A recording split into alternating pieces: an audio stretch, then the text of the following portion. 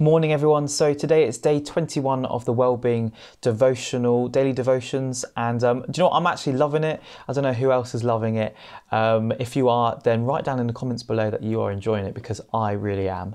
So as we finish our week on emotional well-being in Dave Smith's book and get to ready for looking at the spiritual well-being, today I'm going to focus on both of these things combined, and today we're going to look at the concept of Sabbath.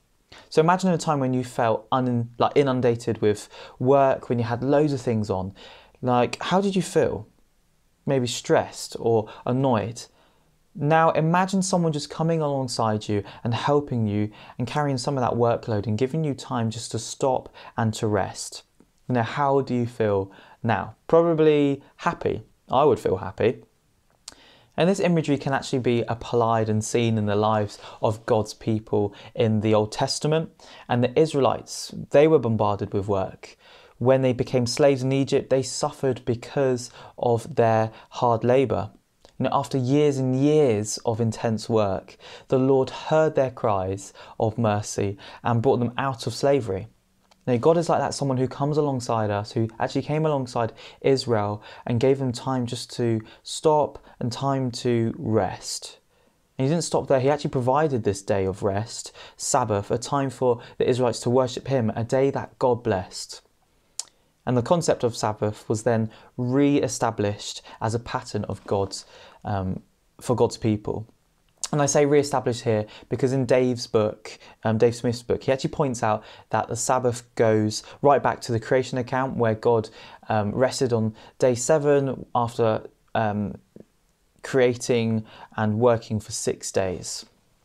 So God resting does not mean that he completely stopped or does nothing.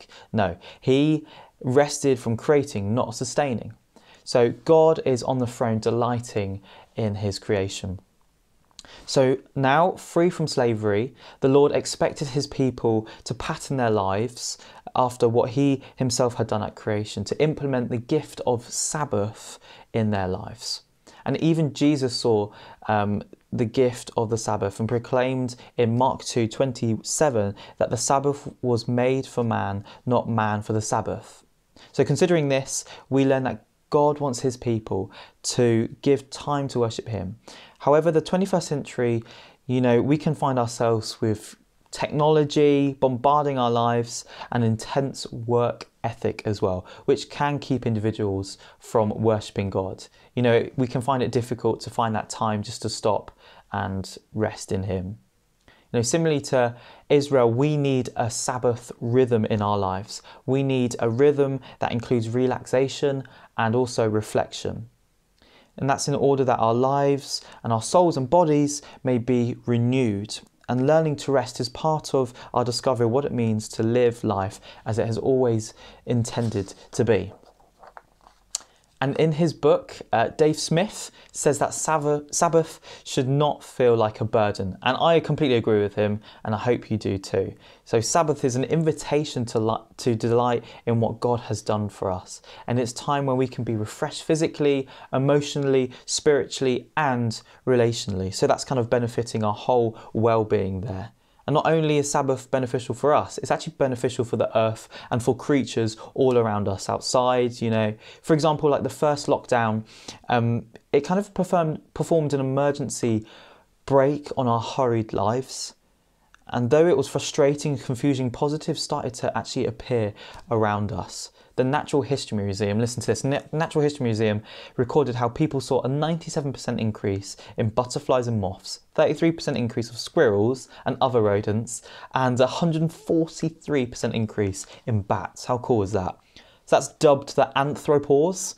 So lockdown has given us a special glimpse into the positive effects that stopping and resting has on God's creation as a whole.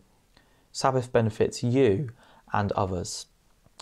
So this week, I encourage you to find time to have a Sabbath, time to worship God. And actually worshipping God is a daily thing to do. So let's take care of ourselves and others. Sabbath looks differently for everyone. So maybe it's a whole day set aside, or maybe it's 2 afternoons in the week. Maybe your Sabbath includes baking, doing craft, going for a walk, bike ride, Netflix, Bible study, and song worship, loads of other things as well. Whatever you do, you must remember this, that it should be honouring God and honouring people. For Jesus said, love the Lord your God with all your heart, with all your soul, with all your mind, with all your strength. And the second is this, love your neighbour as yourself. No other command is greater than these.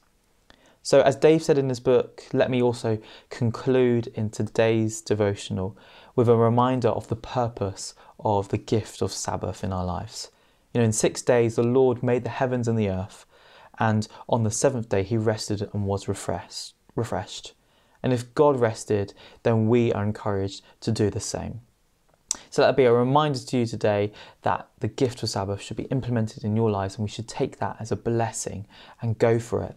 So have a great week, and look forward to hearing all about your resting and all your Sabbaths when we come back after lockdown. So speak to you soon and have an amazing day. Bye-bye.